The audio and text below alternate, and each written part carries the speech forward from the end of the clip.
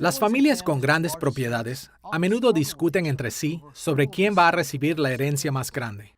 Cuando llega el momento de repartir la herencia, aun hermanos que se aman entrañablemente pueden estar tan divididos que solo Dios puede restablecer los lazos de amor. El libro de Génesis nos enseña que así sucedió con la familia de los patriarcas de Israel, José y sus hermanos. La rivalidad por la herencia de su padre, Jacob, fue tan amarga que parecía imposible de resolverse. Sin embargo, como veremos en esta lección, Dios reconcilió a José y a sus hermanos y restableció sus lazos de amor. Esta reconciliación creó la base para las relaciones entre las 12 tribus de Israel a través del Antiguo Testamento, y todavía dirige las relaciones entre los seguidores de Cristo actualmente. Esta lección sobre el Pentateuco está dedicada a la sección del libro de Génesis que trata con José y sus hermanos. Veremos en detalle en Génesis capítulo 37, versículo 2 al capítulo 50, versículo 26, la historia de la relación problemática de José con sus hermanos. Antes de ir a nuestro tema principal, será de gran ayuda repasar el contenido básico del libro de Génesis. En otras lecciones, hemos visto que Génesis se divide en 3 secciones principales, y cada sección fue diseñada para dirigir de manera específica a la audiencia israelita original de Moisés. La primera sección trata con la historia primigenia, encontrada en Génesis capítulo 1, versículo 1 al capítulo 11, versículo 9. En esta sección, Moisés mostró a los israelitas que su llamado a la tierra de Canaán fue establecido en lo que Dios había hecho en los periodos más tempranos de la historia del mundo. La segunda sección registra la historia patriarcal temprana en Génesis capítulo 11, versículo 10 al capítulo 37, versículo 1. Aquí Moisés se refiere a cómo las vidas de Abraham, Isaac y Jacob hablaron de los problemas que enfrentaron los israelitas en su camino a la tierra prometida. Y en la tercera sección, la historia patriarcal posterior, en Génesis capítulo 37, versículo 2 al capítulo 50, versículo 26, nos habla de la historia de José y sus hermanos. Nuestra lección se enfocará en esta última sección del libro de Génesis. Como veremos, el propósito de Moisés en esta sección de Génesis involucra un número de lecciones para su audiencia original, pero en general, la historia de José y sus hermanos enseñó a las tribus de Israel cómo vivir juntos en armonía, mientras ellos enfrentaban la conquista y la colonización de la tierra prometida. Nuestra lección sobre José y sus hermanos se dividirá en 2 partes principales. Primero, examinaremos la estructura y contenido de estos capítulos y cómo su diseño literario y la temática van de la mano. Segundo, observaremos un número de temas principales que Moisés enfatizó a las tribus de Israel y cómo estos temas se aplican a los cristianos modernos. Comencemos viendo la estructura y contenido de esta parte de Génesis. La historia de José y sus hermanos involucra muchos personajes, diferentes contextos culturales y varias tramas secundarias. Estas características son tan complejas que es fácil preocuparse por los detalles y perder de vista la estructura literaria general que lo mantiene todo junto. Es especialmente importante ver cómo la estructura y el contenido de estos capítulos trabajan juntos, porque el relato de José y sus hermanos es un drama muy unificado. La presentación de Moisés de Génesis capítulo 37, versículo 2 al capítulo 50, versículo 26 forma un drama integrado de 5 pasos. El problema inicial de la historia describe la discordia patriarcal sobre la perspectiva del gobierno de José, en Génesis capítulo 37, versículos 2 al 36. El segundo paso, o ascensión, se centra en el gobierno amenazante de José, en su ascenso al poder en Egipto, en el capítulo 38, versículo 1, al capítulo 41, versículo 57. El tercer paso es el punto de cambio en el drama. Este trata con la reconciliación y reunión de los patriarcas en Egipto, en el capítulo 42, versículo 1, al capítulo 47, versículo 12. El cuarto paso, o descenso, reporta el gobierno benevolente de José en Egipto, en el capítulo 47, versículos 13 al 27. Y la resolución final del drama describe la armonía patriarcal bajo el gobierno de José, en el capítulo 47, versículo 28, al capítulo 50, versículo 26. En décadas recientes, un número de intérpretes han tratado de mostrar cómo estos capítulos de Génesis forman un quiasmo concéntrico extenso, Un quiasmo es una estructura literaria en cuyas secciones anteriores y posteriores al centro son paralelas o balanceadas unas con otras. La mayoría de estos análisis presionan demasiado esta perspectiva, pero ciertamente apuntan hacia una simetría dramática a gran escala que brinda coherencia a todo el registro de José y sus hermanos. No es difícil ver que en general el relato comienza con una discordia patriarcal y termina con una armonía patriarcal al final de la resolución del drama. La ascensión del gobierno amenazante de José en Egipto se balancea con la acción descendente del gobierno benevolente de José en Egipto. Y el punto de cambio o de giro, la transición de la discordia y amenaza a la benevolencia y armonía, es la reconciliación y reunión que tuvo lugar en Egipto. Veremos estos episodios en el orden en que Moisés los presentó, pero entender esta simetría dramática básica nos ayudará mientras examinamos una serie de detalles en la historia de José y sus hermanos. El contenido de la historia de José y sus hermanos muestra una mayor complejidad literaria que cualquier otra sección de Génesis. Tiene una larga lista de personajes tridimensionales y cambiantes. Escenas vívidas, elementos de ironía, humor y tragedia aparecen en cada historia. La narrativa contiene giros inesperados de eventos que recuerdan y anticipan a otros eventos. Como tal, esta parte del Génesis llamó a la audiencia original israelita a considerar mucho más de lo que podemos explorar en esta lección. Por esta razón, nos limitaremos solo a unos pocos comentarios en el contenido de cada capítulo. Moisés comenzó su narrativa en Génesis capítulo 37, versículos 2 al 36, con el problema dramático inicial de la discordia patriarcal sobre el gobierno de José en el futuro. Este capítulo inicial consiste en dos partes que juntas muestran cómo la discordia en la familia de José empeoró con el tiempo. La primera parte, en el capítulo 37, versículos 2 al 11, ilustran cómo José aumentó el enojo de sus hermanos. En la segunda parte, en los versículos 12 al 36, nos dice cómo los hermanos vendieron a José como esclavo. Veamos la forma en la que José enojó a sus hermanos. Moisés primero describe a José como un hombre joven, ingenuo, que fue favorecido por su padre. Por ejemplo, en el versículo 3, Jacob le dio a José una túnica muy elegante que provocó el celo de sus hermanos. En el versículo 4 nos dice que comenzaron a odiarlo y ni siquiera lo saludaban. Luego, para empeorar las cosas, en dos ocasiones, José alardeó sobre sus sueños de futura exaltación por encima de su familia. Debido a esto, tanto en el versículo 5 y en el versículo 8, Moisés escribió que los hermanos de José lo odiaron aún más, y en el versículo 11 nos dice que sus hermanos le tenían envidia. Las causas de la discordia entre José y sus hermanos. Puedo dar dos razones. Una es que su padre le hizo una hermosa túnica, y cuando los hermanos vieron esa túnica, dijeron: quiero tenerla. Debería ser mía. Y cuando nos observamos a nosotros mismos, tenemos discordia, aún en esta sociedad, porque algunas personas están viviendo mejores vidas, y vemos esta discordia en otros al preguntarse: ¿por qué no soy como esta persona? Aún en la iglesia tenemos esto. Vemos a algunos que están enfermos y a otros que están sanos, y nos preguntamos: ¿por qué no somos sanos?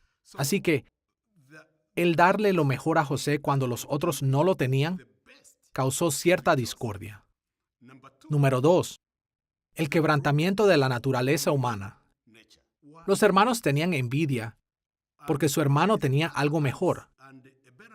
La túnica de José era más hermosa que la de ellos y les dio envidia. Y encontramos la semilla de la envidia en todos nosotros. No solo existe en esos hermanos, sino en todos nosotros. Pero como cristianos, somos llamados a identificarla primero y a saber que la envidia es un pecado y que le podemos poner un alto. Después de presentar la discordia patriarcal como el resultado de cuando José enojó a sus hermanos, Moisés se enfoca en la segunda parte del capítulo 37, en los versículos 12 al 36. Estos versículos contienen una corta narración que explica cómo los hermanos vendieron a José como esclavo. Aquí vemos que los hermanos capturaron a José y lo despojaron de su elegante túnica y planearon matarlo. El hermano mayor, Rubén, trató en vano de ayudar a escapar a José, pero al final fue Judá quien convenció a los otros a venderlo como esclavo en lugar de matarlo. Este episodio termina con el trágico engaño de los hermanos de José a Jacob su padre, diciéndole que José había sido devorado por un animal salvaje. Los hermanos se presentaron ante Jacob con la túnica de José manchada de sangre y Jacob cayó en un profundo luto. Juntos, estos dos episodios introducen el dramático problema que establece el curso de la historia de José y sus hermanos. Este fue el comienzo de la trágica discordia entre las tribus patriarcales de Israel.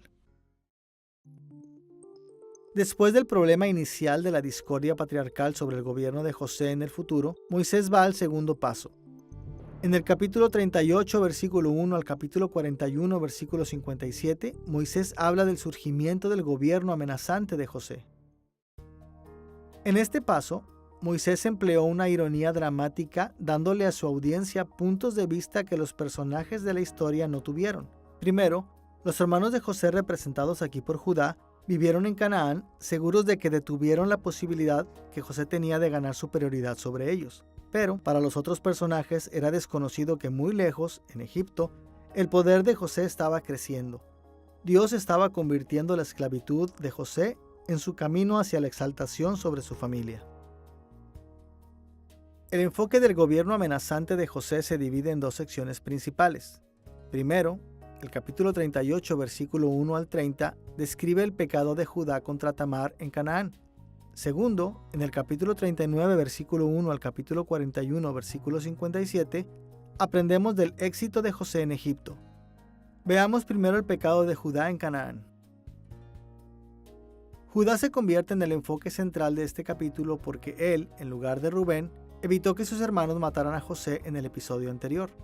Así que esta sección representa las acciones del hijo de Jacob, quien tuvo el más alto lugar entre sus hermanos. El episodio del pecado de Judá en Canaán comienza en el capítulo 38, versículos 1 al 5, con el reporte del nacimiento de los hijos de Judá. El tono moral se establece en el versículo 2 cuando vemos que Judá se casó con una mujer cananea. En los versículos 6 al 11 encontramos un relato de los hijos de Judá y Tamar. Primero, Judá le dio a Tamar su hijo mayor, Cuando murió, Judá le dio a Tamar su segundo hijo, Onán. La práctica del levirato o el matrimonio de una viuda sin hijos con su cuñado estaba ordenado en Deuteronomio capítulo 25 versículos 5 al 10. Esta práctica aseguraba un heredero al hermano que había muerto y protegía a su viuda. Pero en el versículo 9, Onán rechazó darle a Tamar un hijo. Así que en el versículo 10, Dios tomó la vida de Onán también.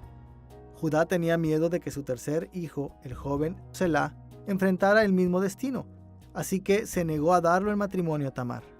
En lugar de eso, la mandó de regreso a su padre avergonzada. En los versículos 12 al 26 encontramos el relato de la seducción de Tamar a Judá. Cuando Tamar se dio cuenta de que ella no se iba a casar con Selá, se disfrazó como una prostituta y sedujo a Judá. Hábilmente engañó a Judá, quedándose con su sello, su cordón y su bastón que él le dio en lugar de pago. 3 meses después, en los versículos 24 al 26, Judá escucha que Tamar estaba embarazada e indignado ordena su ejecución. Pero Tamar sacó el sello, el cordón y el bastón que Judá le había dado, y cuando Judá se dio cuenta de lo que él había hecho, admitió su culpa. Escuchemos Génesis capítulo 38, versículo 26, donde Judá dice: «Su conducta es más justa que la mía, pues yo no la di por esposa a mi hijo Selá».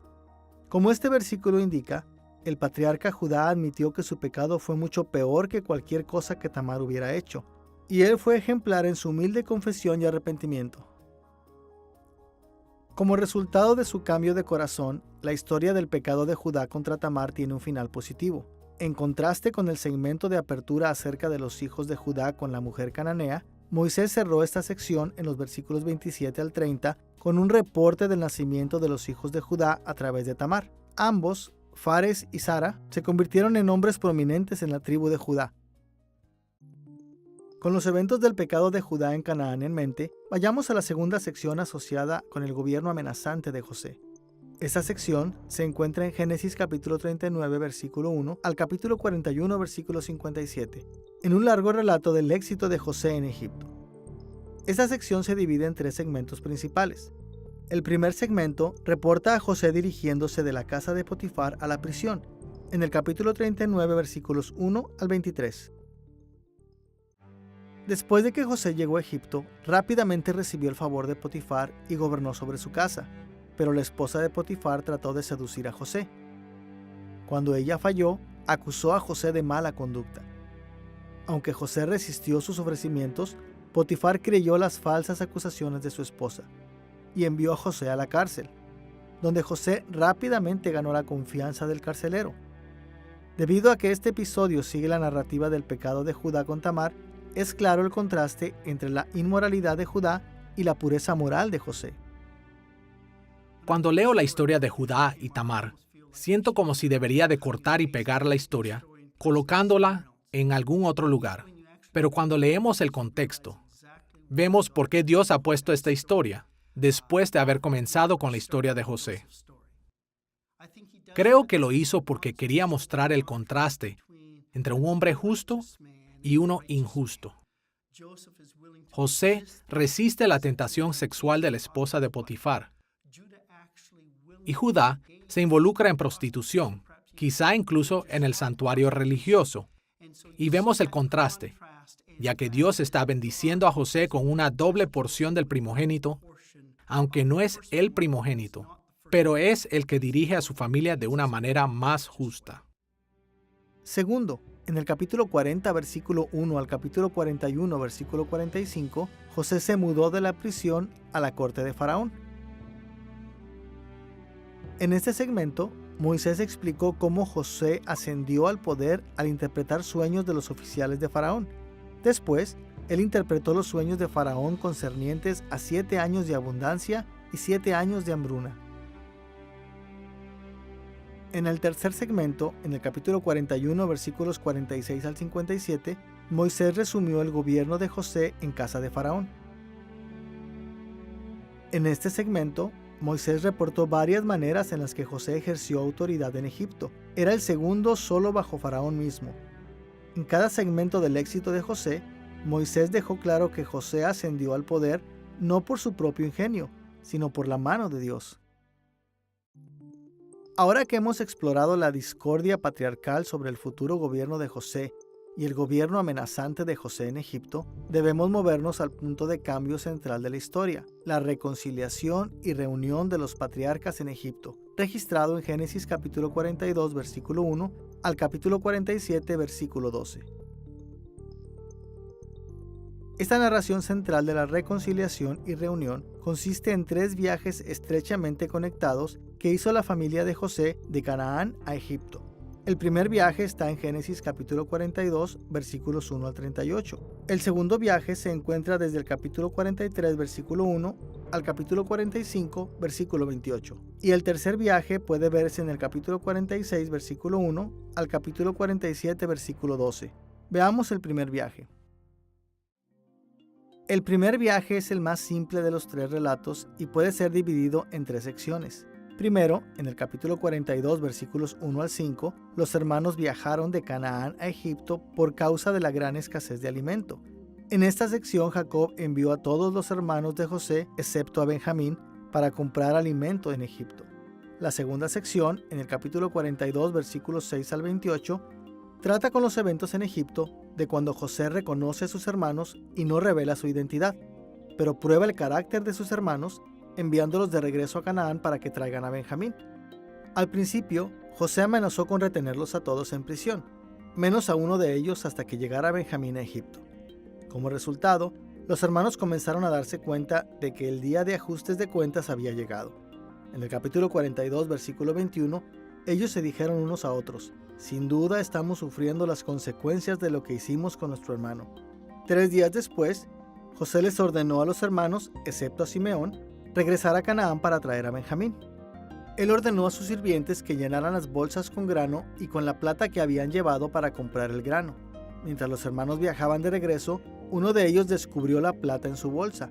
Los hermanos tuvieron miedo y exclamaron en el versículo 28, ¿qué es lo que Dios nos ha hecho?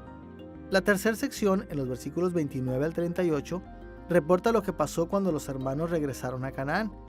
Ellos trataron de persuadir a su padre de enviar a Benjamín de regreso con ellos a Egipto, pero Jacob se negó, así que los hermanos permanecieron en Canaán. Habiendo visto brevemente el primer viaje, vayamos a los eventos del segundo viaje en Génesis capítulo 43, versículo 1 al capítulo 45, versículo 28. Aunque es algo más complejo que el primer viaje, el segundo viaje también se divide en tres segmentos principales.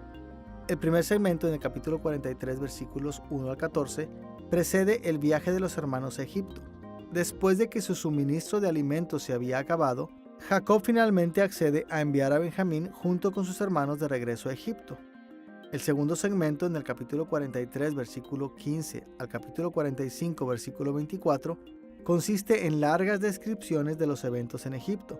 Primero, en el capítulo 43, versículos 15 al 34, José recibe a sus hermanos con una gran fiesta en su casa, pero continúa guardando su identidad en secreto. De acuerdo al capítulo 43, versículo 30, José se conmovió tanto al ver a Benjamín que salió del cuarto a llorar en privado. En el capítulo 44, versículos 1 al 13, José probó a sus hermanos más allá. Él ordenó a su mayordomo que llenara sus sacos con grano y con plata y que pusiera una copa de plata en el saco de Benjamín. Entonces José envió a sus hermanos de regreso a Canaán. Sin embargo, a petición de José, el mayordomo alcanzó a los hermanos y encontró la copa de plata en el saco de Benjamín y trajo a los hermanos de vuelta a casa de José. En los versículos 14 al 34, Judá ruega por la misericordia de José y admite en el versículo 16, Dios ha puesto al descubierto la maldad de sus siervos. Judá entonces voluntariamente se ofreció a quedarse en Egipto en lugar de Benjamín. José se conmovió por la humilde súplica de Judá.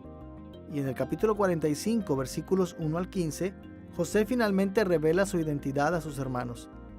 El capítulo 45, versículo 2 nos dice que José comenzó a llorar tan fuerte que los egipcios se enteraron y la noticia llegó hasta la casa de Faraón.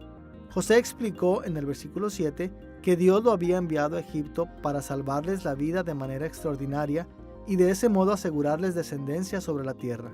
Entonces ordenó a sus hermanos traer a su padre Jacob a Egipto.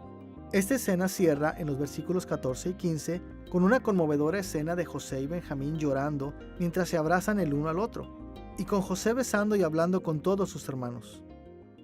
La sección central de la historia de José es acerca de la reconciliación entre José y sus hermanos. José estaba en Egipto, sufrió dificultades y ahora sus hermanos han venido a buscar comida y alivio de la hambruna. Pero en medio de esto, en el capítulo 45 especialmente, tenemos esta magnífica imagen. En realidad es magnífica. Es una de las secciones más dramáticas y emocionantes de todo el libro de Génesis. Y es cuando José y sus hermanos finalmente se reconcilian. Lo que encontramos es que se abrazan y están llorando y llorando y llorando. Lloran tanto en este capítulo y el anterior que los egipcios se preguntan, ¿por qué todo este llanto? Es una imagen preciosa, porque hubo tanta discordia entre los hermanos. Pero en ese momento, están completamente unificados. Y esa unión viene cuando José prueba a sus hermanos y encuentra que eran personas diferentes. Ya no son como eran en el principio, cuando lo vendieron, cuando engañaron a su padre. Eran diferentes. Y algunos, como Judá, se destacan de manera particular por su cambio. La reconciliación viene porque los hermanos han cambiado y José ha cambiado también. De ser un joven impetuoso, orgulloso de sus sueños, a alguien que tiene misericordia desde su posición de poder. Y al ver estos cambios en estos capítulos, hace que esta escena de ellos llorando y abrazándose unos a otros sea muy valiosa y obviamente afectó las mentes de los israelitas en los días de Moisés.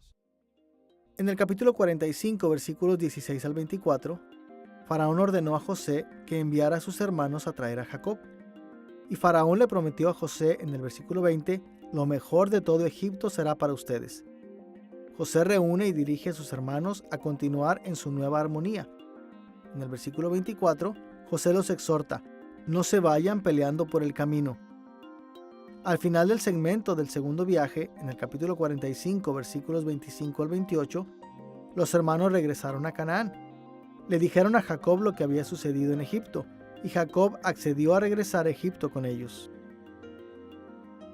Después de haber visto la reconciliación y reunión de los patriarcas en el primer viaje y en el segundo viaje, vayamos al tercer viaje en Génesis capítulo 46, versículo 1 al capítulo 47, versículo 12. El tercer viaje se divide en dos segmentos principales. Primero, el capítulo 46, versículos 1 al 27, reporta el viaje de los hermanos a Egipto nuevamente, pero esta vez con Jacob. En los versículos 1 al 7, aprendemos el itinerario del viaje y la seguridad de que Dios bendeciría a Jacob en Egipto. La secuencia del viaje se cierra en el capítulo 46, versículos 8 al 27, con la lista de los hijos de Jacob y sus nietos que fueron a Egipto. Segundo, así como en el primer y segundo viaje, el capítulo 46, versículo 28 al capítulo 47, versículo 12, proveen un segmento sobre los eventos en Egipto. El capítulo 46, versículos 28 al 30, trata con la reunión de Jacob con José, en donde Judá tuvo un rol importante. Y seguido de esto, en el capítulo 46, versículo 31 al capítulo 47, versículo 12, Faraón recibió a la familia de José y les permitió vivir en la tierra de Gosén bajo el cuidado de José. Después de escribir de la reconciliación y reunión de los patriarcas, Moisés fue al cuarto paso o el descenso de esta historia. En Génesis capítulo 47, versículos 13 al 27, Moisés habló del gobierno benevolente de José en Egipto. En el capítulo 47, versículos 13 al 26, aprendemos que la hambruna empeoró con el tiempo.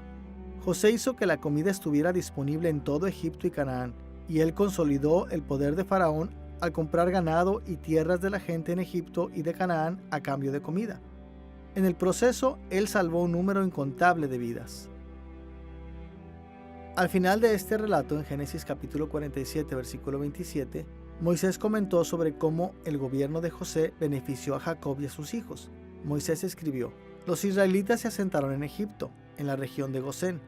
Allí adquirieron propiedades, prosperaron y llegaron a ser muy numerosos.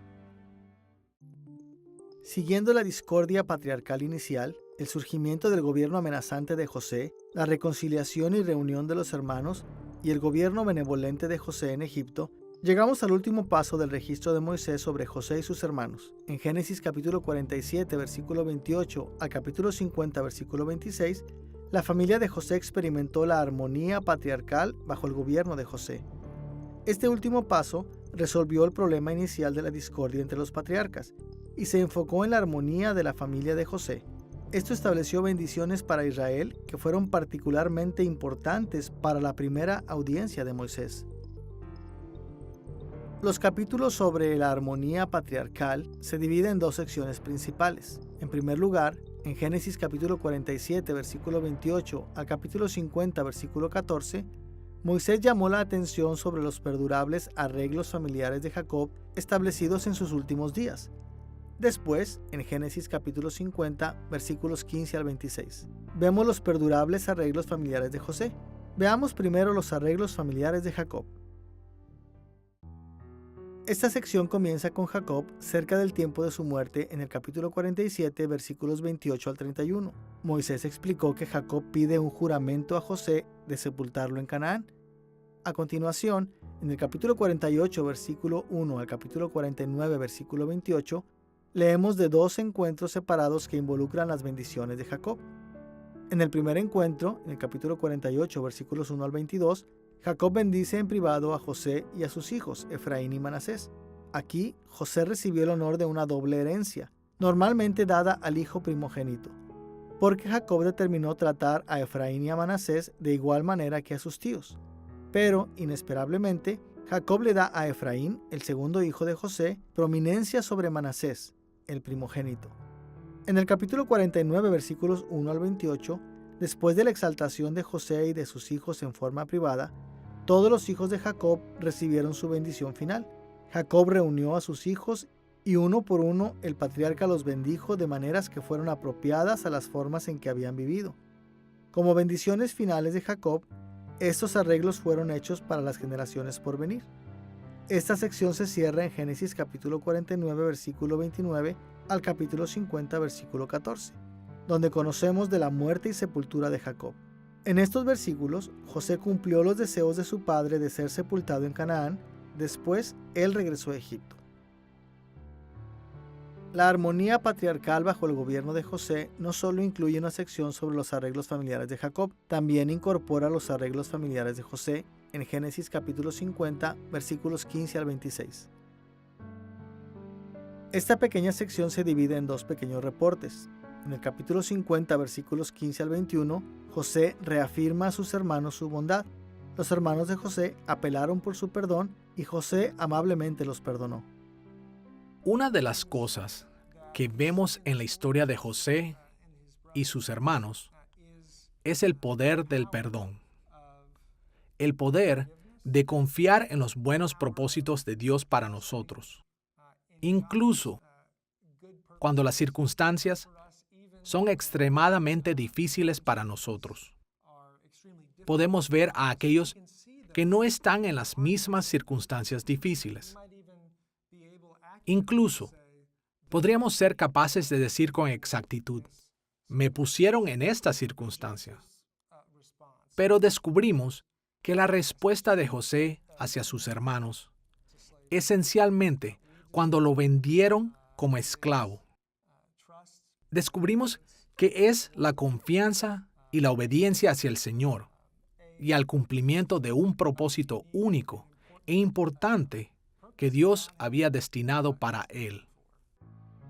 En Génesis capítulo 50, versículos 19 al 21, José les dijo a sus hermanos, «No tengan miedo», les contestó José, «¿puedo acaso tomar el lugar de Dios? Es verdad que ustedes pensaron hacerme mal, pero Dios transformó ese mal en bien para lograr lo que hoy estamos viendo, salvar la vida de mucha gente. Así que no tengan miedo, yo cuidaré de ustedes y de sus hijos». Toda la historia de José y sus hermanos se termina en Génesis capítulo 50, versículos 22 al 26, con un juramento que José pide de sus hermanos. Escuchemos a Génesis capítulo 50, versículo 25. Entonces José hizo que sus hijos le prestaran juramento. Les dijo, «Sin duda Dios vendrá a ayudarlos. Cuando esto ocurra, ustedes deberán llevarse de aquí mis huesos». En el registro de Génesis, este juramento fue la última interacción de José con sus hermanos antes de morir. Los hermanos de José le prometieron en nombre de sus descendientes que cuando Dios liberara a Israel de Egipto, ellos continuarían honrando a José, llevando sus huesos con ellos para sepultarlos en la tierra prometida. Las últimas palabras de José fueron, «Dios ciertamente cuidará de ustedes», hablando a sus hermanos y a su familia. «Y ustedes se llevarán de aquí mis huesos». Como gobernador egipcio, probablemente cuando José murió, fue embalsamado y colocado en un sarcófago. Cada vez que ellos vieran ese sarcófago, pensarían en la promesa que le hicieron a José y la promesa que fue dada a los patriarcas de que regresarían a la tierra. José dijo, «Lleven mis huesos con ustedes, pónganme en la tierra prometida con ustedes». Esto fue parte de su aceptación de la promesa de Dios. Y cuando los judíos dejaron Egipto, Moisés tomó con ellos los huesos de José, los cuales se convirtieron en un símbolo, una ayuda visual de la gran promesa que Dios le dio al pueblo de Israel de estar en una tierra prometida. Así que los huesos fueron finalmente sepultados en Siquem. Y el punto aquí es muy simple. Las promesas de Dios deben ser más reales que cualquier otra cosa en la vida. Dios cumple sus promesas. Hasta este punto en nuestra lección sobre José y sus hermanos, hemos visto la estructura y contenido del relato de Moisés. Ahora debemos ir al segundo tema principal de nuestra lección, los temas principales de estos capítulos. Al igual que con la aplicación moderna, la historia de José y sus hermanos tenía muchas implicaciones para la audiencia original, más de las que podríamos mencionar. Pero si observamos estos capítulos dentro del marco de la audiencia original, ciertos temas estarían en primer plano. No cubren todas las formas de cómo la historia de José podría impactar a la audiencia original, ni tampoco representan todas las maneras de aplicarlas hoy en día. Pero nos dan una orientación hacia las características más importantes de esta parte de Génesis. Veremos algunos de los temas principales de estos capítulos en dos formas. Primero, haremos algunos comentarios sobre cómo podemos abordar algunos énfasis compartidos que aparecen tanto en la historia de José y en los registros de Abraham, Isaac y Jacob. Y segundo, observaremos más cuidadosamente dos énfasis especiales que se destacan en la historia de José y sus hermanos. Veamos primero una serie de énfasis compartidos. Como hemos visto en otras lecciones sobre Génesis, 4 temas principales aparecen en las narrativas concernientes a las vidas de Abraham, Isaac y Jacob. Estos temas aparecen en la historia de José y sus hermanos también. Un énfasis en la gracia de Dios para Israel, el requerimiento de la lealtad de Israel hacia Dios, las bendiciones de Dios para Israel y las bendiciones de Dios a través de Israel para otros. Reflexionemos por un momento sobre la forma de abordar el tema de la gracia de Dios para Israel en esta parte de la Biblia. Las Escrituras usan términos específicos para la gracia divina, misericordia y bondad. Esos términos se ven muy poco en la historia de José. No obstante, encontramos el tema de la gracia de Dios a lo largo de estos capítulos. En lo que llamaremos ese mundo de los días de José, Dios les recordó a José y a su familia de manera ocasional acerca de la gracia otorgada por él en el pasado. Dios también mostró a José y a su familia su gracia continua a cada paso. Y cuando Dios señaló los eventos del futuro, a menudo indicó cómo José y su familia algún día recibirían su gracia futura, especialmente la gracia de regresar a la tierra prometida. Sin embargo, estos 3 tipos de gracia no son las únicas que formaron la historia de José. Moisés también escribió acerca de la gracia otorgada por Dios en el mundo de José para que su audiencia original pudiera reflexionar sobre las muchas formas en las que Dios ya les había mostrado gracia en su mundo. Igualmente, como seguidores de Cristo, podemos aplicar la gracia que Dios mostró a José y a su familia a nuestro mundo también. Hay muchas maneras para hacer esto, pero generalmente es útil pensar en términos de las 3 etapas del reino de Cristo. Desde nuestra perspectiva del Nuevo Testamento, la gracia que Dios otorgó en el pasado a José y a sus hermanos se aplica a nosotros así como fue mostrada en la primera venida de Cristo, en la inauguración de su reino. Cada vez que vemos la gracia continua de Dios en la historia de José, se nos recuerda de la gracia continua en nuestras vidas diariamente a través de la continuación del reino de Cristo. Y así como José y su familia esperaban la gracia futura de Dios, nosotros tenemos esperanza en la misericordia de Dios en la consumación del reino de Cristo en los cielos nuevos y la tierra nueva. Junto con el énfasis compartido de la gracia de Dios para Israel, veamos el requerimiento de la lealtad de Israel hacia Dios. Una de las más inusuales características de la narración que hace Moisés acerca de ese mundo de José y sus hermanos es que Moisés nunca citó instrucciones verbales o mandamientos de Dios. En su lugar, Moisés esperaba que los israelitas evaluaran la lealtad que José le tenía a Dios en ese mundo a la luz de la ley que recibieron en su mundo. Por supuesto que Moisés sabía que los patriarcas no podían ganar su salvación a través de la lealtad hacia la ley de Dios.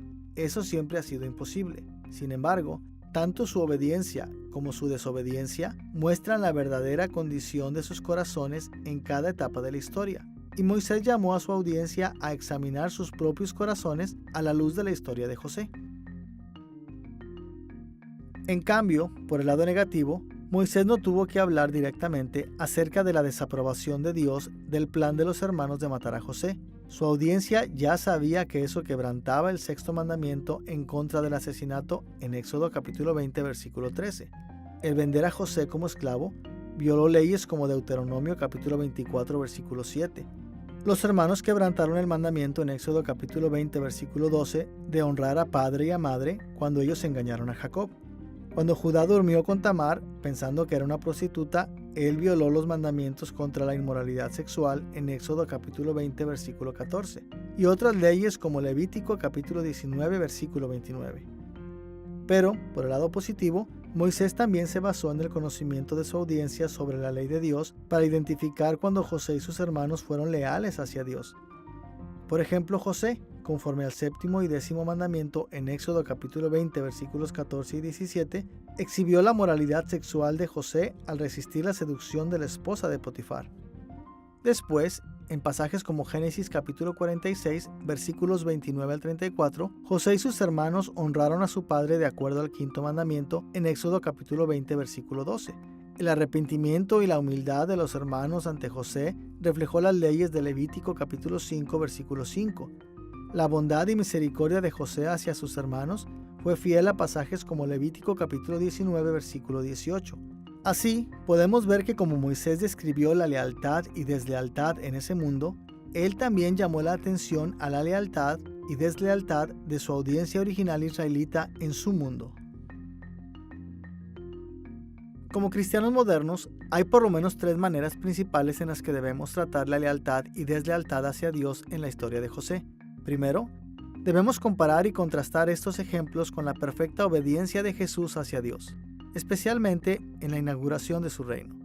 Segundo, debemos estar listos para aplicar los principios morales de la historia de José a nuestras vidas diarias durante la continuación del reino de Cristo.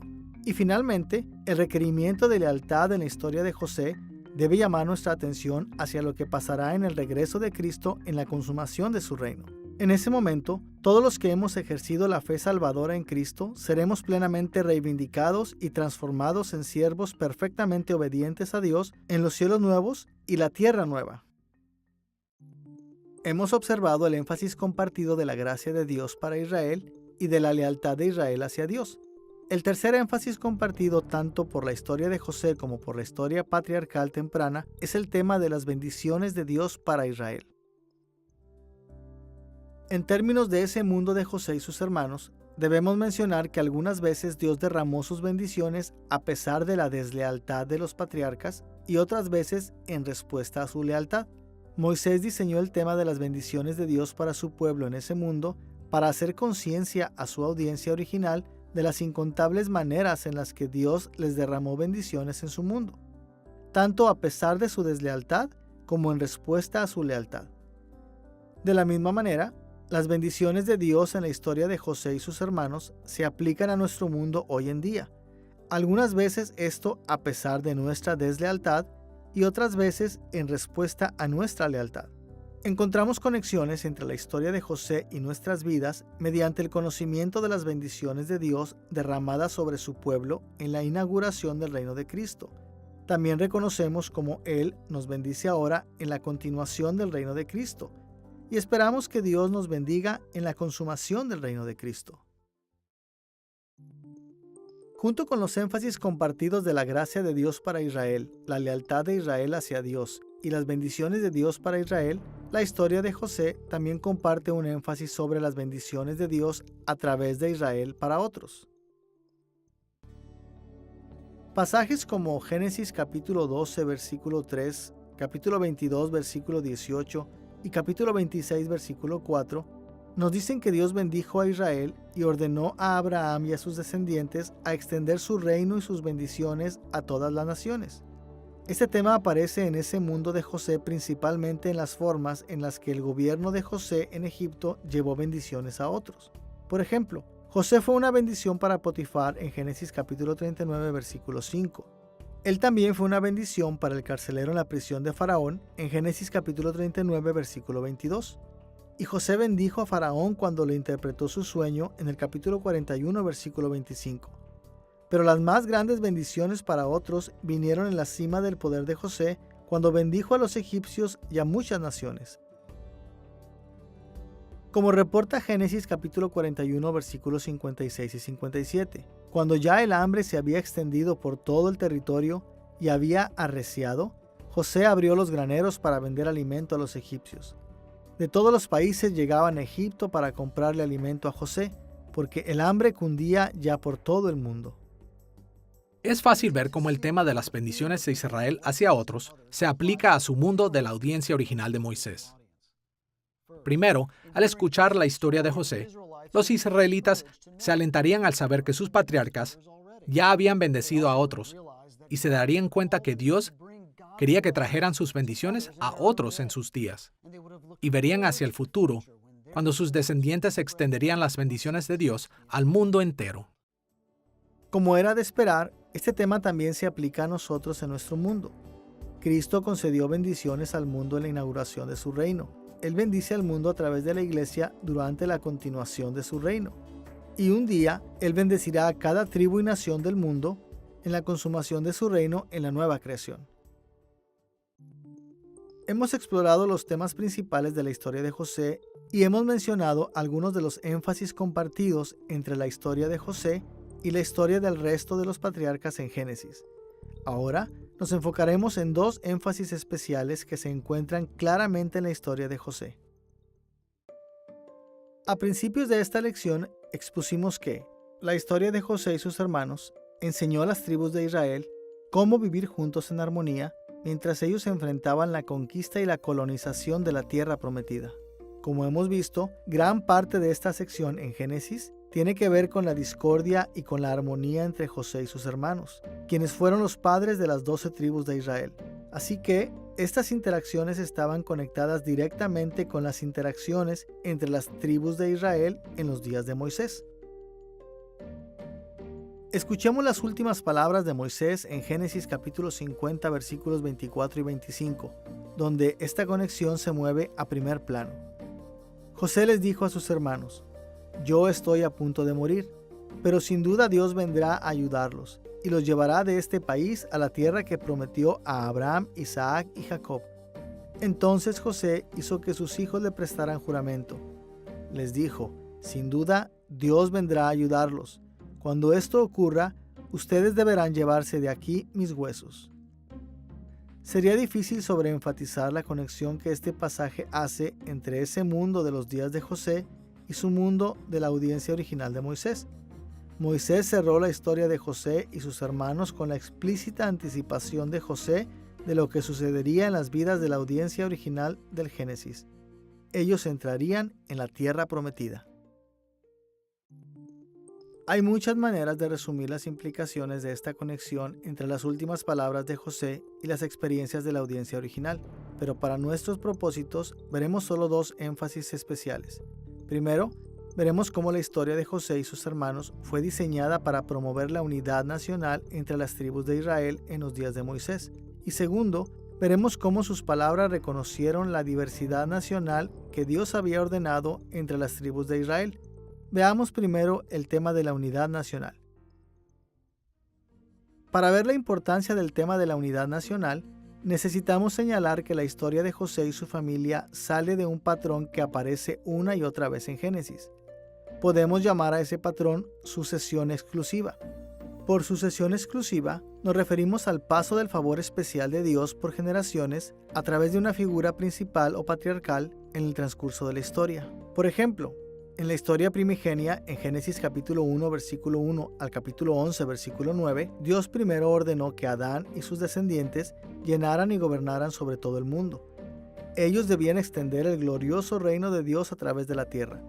Pero debido a la introducción del pecado, esta promesa pasó exclusivamente a Set y no a Caín. El favor especial de Dios, entonces, pasó a través de los descendientes de Set hasta que Dios confirmó su pacto exclusivamente con Noé. Noé tuvo 3 hijos, Sem, Cam y Jafet, pero las promesas de Dios pasaron exclusivamente por medio del linaje de Sem, y al final de la historia primigenia, Abraham, el descendiente de Sem, fue el exclusivo heredero de las promesas de Dios. La historia patriarcal temprana en Génesis capítulo 11 versículo 10 al capítulo 37 versículo 1 continúa este patrón de sucesión exclusiva. Las promesas de Abraham pasaron solo a Isaac, en lugar de Ismael y los otros hijos de Abraham, y las promesas de Dios a Isaac pasaron exclusivamente a Jacob, en lugar de Esaú. Ahora, tan vital como este patrón de sucesión exclusiva fue en los primeros 36 capítulos de Génesis, viene un final abrupto con la historia de José y sus hermanos. En esta parte de Génesis, Moisés enfatizó la sucesión inclusiva. Él creyó que el favor especial de Dios pasó de Jacob a todos sus hijos, los 12 hijos, no solo a uno. Cuando Jacob murió, los 12 hijos y sus descendientes, las 12 tribus de Israel, compartieron la herencia de Jacob de la tierra prometida. Y esta distribución inclusiva de la herencia de Jacob a los 12 hijos llamó a la audiencia israelita de Moisés a la unidad nacional. Cuando leemos la historia de Jacob y después la de José y su hermano Judá, nos damos cuenta que hay mucha confusión en esta familia. Hay muchos conflictos, celos, contiendas, y Dios no quiere que el pueblo del pacto viva de esta manera. Y yo creo que la historia se convierte en un paradigma. por la forma en la que Dios trabaja en su pueblo del pacto al traerlos a la unidad, ya que no hubo más conflicto entre José y Judá y terminaron unificados. Este es un buen ejemplo para las generaciones siguientes. José y Judá son dos de las mayores tribus en Israel. Es un gran ejemplo del tipo de unidad que Dios quiere ver y que está tratando de producir en el pueblo del pacto. Como vimos antes, la historia de José y sus hermanos comenzó con la discordia causada por los pecados de los hermanos entre sí y terminó con la armonía entre ellos. De esta manera, la narrativa de Moisés dejó claro para todos los que le seguían que Dios llamó a las tribus de Israel a buscar la unidad nacional. Como la historia de José lo ilustra, todo Israel junto comparte la herencia de la tierra prometida que Dios dio a Abraham, Isaac y Jacob. No es de extrañar, entonces, que Moisés dirigió la unidad entre las tribus de Israel en otros lugares. Por ejemplo, en Éxodo capítulo 19, versículo 8, él remarcó que todos los israelitas acordaron unánimemente entrar en un pacto con Dios en el monte Sinaí. En Números capítulo 32 y Josué capítulo 1, versículos 12 al 18, tanto Moisés y Josué insistieron en que las tribus deberían pelear juntas en la tierra de Canaán antes de que cualquiera de ellos se separara de los demás. Moisés también reunió a todas las tribus para la renovación del pacto en Deuteronomio capítulo 29, versículo 2. Y más allá de esto, la unidad nacional de Israel continuó siendo enfatizada por los autores posteriores del Antiguo Testamento. A pesar de las fallas de David y Salomón, el periodo de la unidad monárquica fue considerado como la era de oro de Israel. La división de la nación en el reino del norte y el reino del sur quedó muy lejos del ideal de Dios para su pueblo. Más tarde, los profetas de Israel prometieron que las tribus se reunirían después del exilio. Y libros como Crónicas insisten en que representantes de cada tribu deben establecerse en la tierra prometida después del exilio. El énfasis de Moisés sobre la unidad entre las 12 tribus patriarcales en ese mundo de José y sus hermanos promovió la unidad nacional entre las tribus de Israel en su mundo.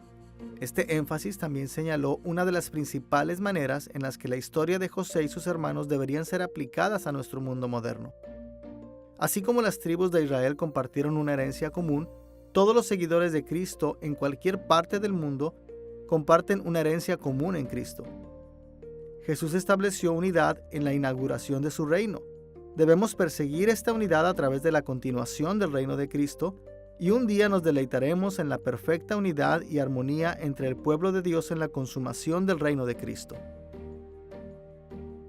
Escuchemos Efesios capítulo 4 versículos 3 al 6, donde Pablo dijo: Esfuércense por mantener la unidad del Espíritu mediante el vínculo de la paz. Hay un solo cuerpo y un solo Espíritu, así como también fueron llamados a una sola esperanza, un solo Señor, una sola fe, un solo bautismo, un solo Dios y Padre de todos, que está sobre todos y por medio de todos y en todos.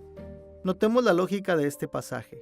Pablo llamó a los seguidores de Cristo a esforzarse por mantener la unidad del Espíritu.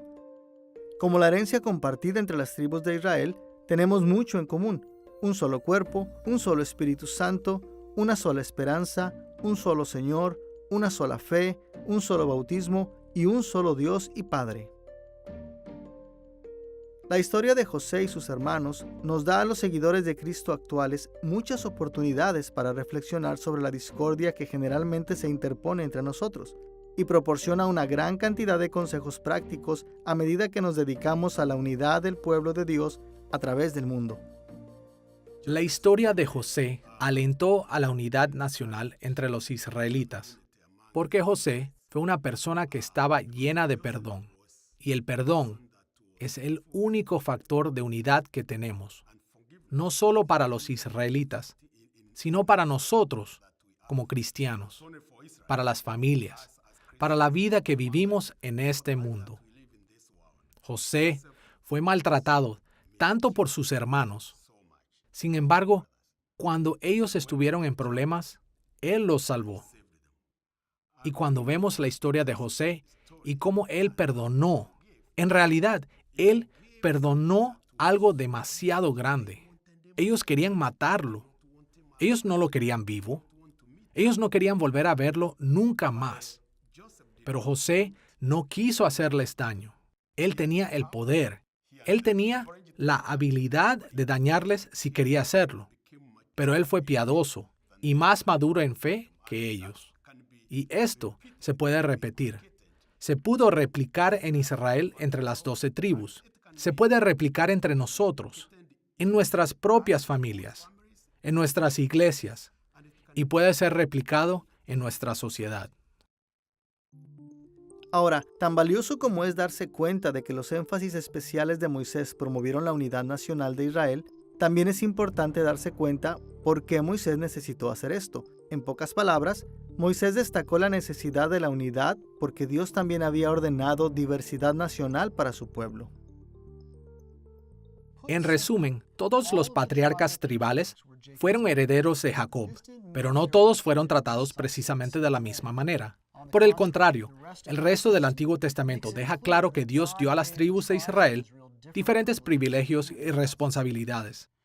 Y Moisés enfatizó la necesidad de armonía entre las tribus de Israel por una razón principal. La unidad de Israel solo podría mantenerse si los israelitas reconocían que Dios mismo había ordenado sus diversos privilegios y responsabilidades tribales. Similar al tema de la unidad, el tema de la diversidad está entrelazado en cada parte de la historia de José y sus hermanos, pero es particularmente prominente en Génesis capítulo 47, versículo 28 al capítulo 49, versículo 33. En estos capítulos, Jacob distribuyó su herencia a sus 12 hijos, pero también estableció diferencias perdurables entre ellos y sus descendientes. En estos capítulos, Moisés promovió la diversidad nacional de Israel, diferenciando a los hijos de Jacob. Sin embargo, para nuestros propósitos, observaremos solo dos: Judá y sus descendientes, y por supuesto, José y sus descendientes. Consideremos primero el honor dado a Judá y sus descendientes. Moisés puso al patriarca Judá al centro de la escena muchas veces en estos capítulos para confirmar la prominencia que Dios había dado a Judá y a su tribu. Judá aparece primero en Génesis capítulo 37, versículos 12 al 36, cuando los hermanos trataron de matar a José. En los versículos 26 y 27, Judá se destacó de entre sus hermanos y exitosamente intervino a favor de José. Judá afirmó la armonía que debería haber caracterizado a los hermanos, recordándoles en el versículo 27, José es nuestro propio hermano. Y vemos aquí que el liderazgo de Judá fue reconocido cuando sus hermanos estuvieron de acuerdo con su plan. Judá aparece otra vez en el capítulo 38, versículos 1 al 30, cuando Moisés contó la historia del pecado de Judá en Canaán. Este episodio contrasta la inmoralidad de Judá con la integridad de José en la casa de Potifar. Pero en el capítulo 38, versículo 26, Moisés reveló la confesión humilde de Judá cuando él admitió que la conducta de Tamar fue más justa que la de él. Es claro que Dios aceptó el arrepentimiento de Judá porque Dios bendijo a Judá con hijos gemelos, Farés y Sara. Moisés dirigió la atención al liderazgo de Judá una vez más durante el segundo viaje de los patriarcas hacia Egipto en el capítulo 44, versículos 14 al 34. Cuando Benjamín fue acusado de robar una copa de plata, Judá se presentó ante José y suplicó por misericordia. Habló humildemente y se llamó a él mismo y a sus hermanos siervos de José. Expresó arrepentimiento sobre lo que él y sus hermanos habían hecho, confesando: Dios ha puesto al descubierto la maldad de sus siervos. Él honró a su padre al señalar: no soy capaz de ver la desgracia que le vendrá a mi padre si Benjamín no regresaba a Canaán. Y valerosamente ofreció permanecer en Egipto en lugar de su hermano. Y finalmente, en el capítulo 49, versículos 1 al 28, Judá se coloca en primer plano durante las bendiciones finales de Jacob. En los versículos 8 al 12, Jacob declaró que Judá y su tribu serían exaltados a una posición sin igual de liderazgo, y la tribu de Judá un día se convertiría en la tribu real de Israel. Escuchemos las palabras de Jacob en Génesis capítulo 49, versículos 8 al 10. Tú, Judá, serás alabado por tus hermanos. Dominarás a tus enemigos y tus propios hermanos se inclinarán ante ti.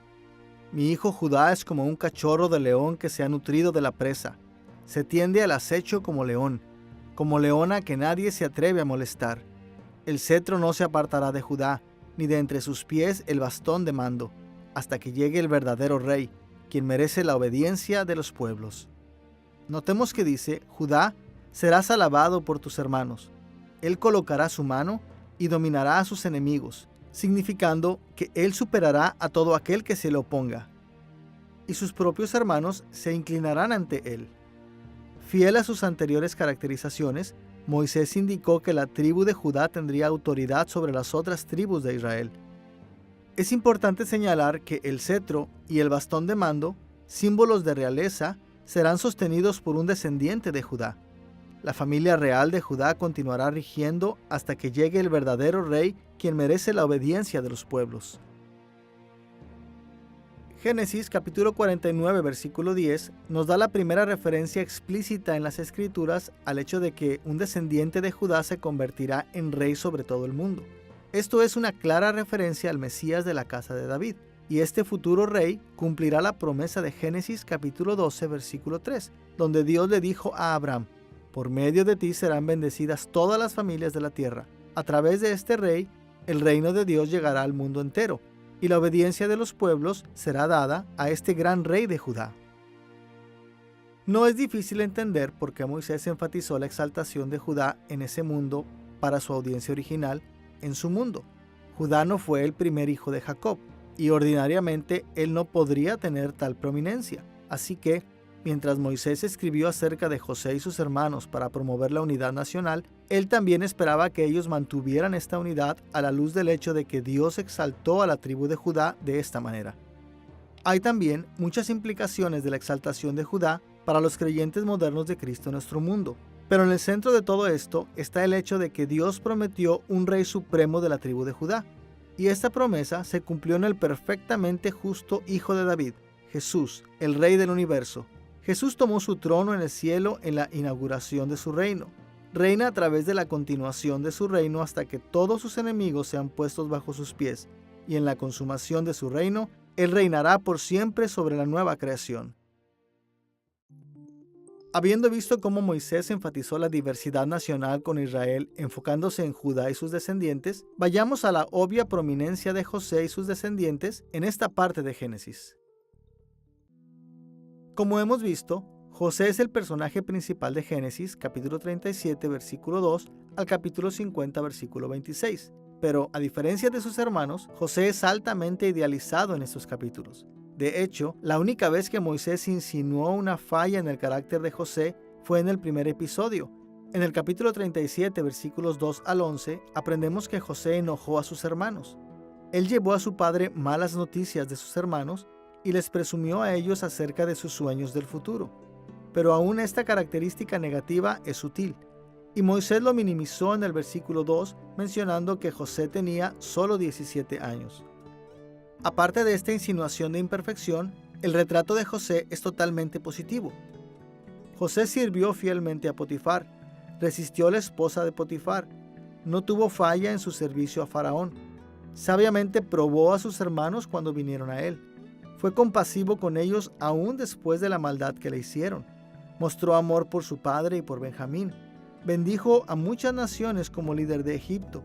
En estas y muchas otras formas, Moisés describió a José justo como describió a Jacob en Génesis capítulo 49, versículo 26. José era el príncipe de entre sus hermanos. Ahora, sabemos por experiencia común que José debió haber pecado muchas veces en su vida. Esto es cierto para todas las personas de todas las edades, excepto para Jesús. Pero, ¿por qué Moisés idealizó a José de esta manera? ¿Cuál era su propósito? Dios le dio a José y a sus descendientes una prominencia especial entre las tribus de Israel. La prominencia de José y sus descendientes aparece primero en los arreglos especiales hechos para los hijos de José en Génesis capítulo 48, versículos 1 al 22. En estos versículos, Jacob bendijo a los hijos de José, Efraín y Manasés, como si ellos fueran sus propios hijos. De acuerdo a Primera de Crónicas capítulo 5, versículo 1, Rubén había perdido su estatus de primogénito debido a que él cometió incesto. Así que cuando Jacob adoptó a Efraín y Manasés como suyos, esto significó que José recibió la doble porción como primogénito de Jacob. Uno de los segmentos más fascinantes de esta determinación aparece en el capítulo 48, versículos 13 al 20, donde Jacob bendice a Efraín sobre Manasés. José cuidadosamente coloca a sus hijos ante Jacob para que la mano derecha de Jacob, la mano de la mayor bendición, descansara sobre la cabeza de Manasés. La mano de menor bendición estuviera sobre la cabeza de Efraín.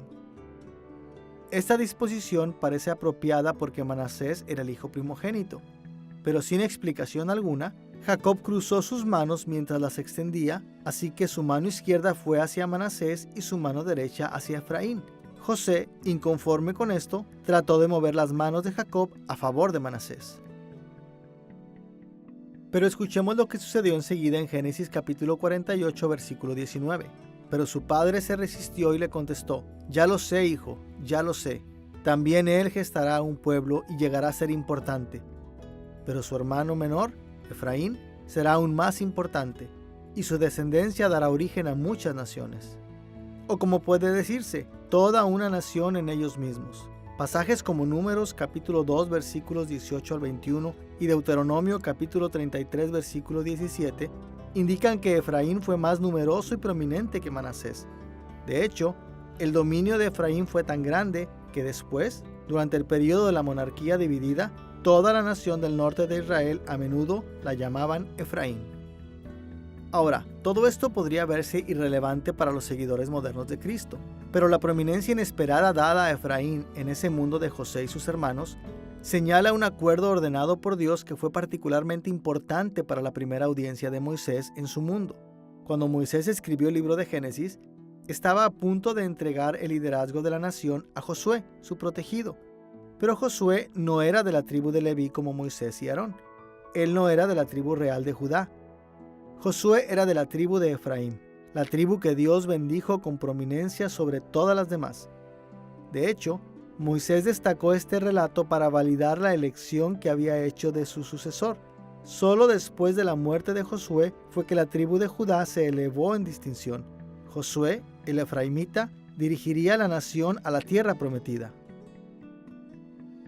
Como seguidores modernos de Cristo, esta dimensión de la historia de José y sus hermanos nos llama a reconocer las diversas bendiciones y roles que Dios ha ordenado en nuestro mundo. En la inauguración de su reino, Jesús bendijo a su pueblo con una variedad de dones. Él constituyó a unos apóstoles, profetas, maestros y similares. Llamó a diferentes personas para diferentes tipos de derechos y privilegios. Cristo estableció esta diversidad, no para fragmentar a su pueblo, sino para unirlos entre sí. A través de la continuación del reino de Cristo, el Espíritu Santo derrama dones como Él lo desea, y aún en la consumación, veremos diversidad en las formas en las que Dios honrará a aquellos que han seguido a Cristo. Mientras aplicamos la historia de José y sus hermanos a nuestro mundo, debemos reconocer y valorar la variedad que Dios ha ordenado entre su pueblo en todas las edades.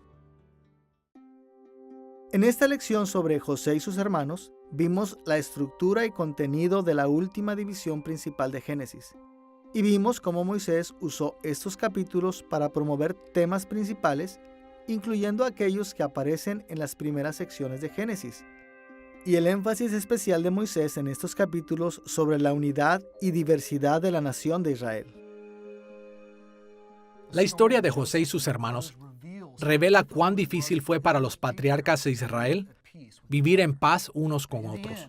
Pero al final, Dios estableció lazos perdurables de amor entre ellos. Esta historia de discordia, reconciliación y armonía fue escrita originalmente para llamar a las 12 tribus de Israel al arrepentimiento y a la unidad como pueblo de Dios en sus días. Y esto nos llama hoy en día a resistir la división y a promover lazos de amor entre nosotros como seguidores de Cristo. Como cuerpo de Cristo, compartimos la herencia de Cristo. Y la historia de José y sus hermanos ofrece una guía indispensable de cómo debemos dedicarnos a nosotros mismos a la unidad del pueblo de Dios por el bien de su glorioso reino a través del mundo.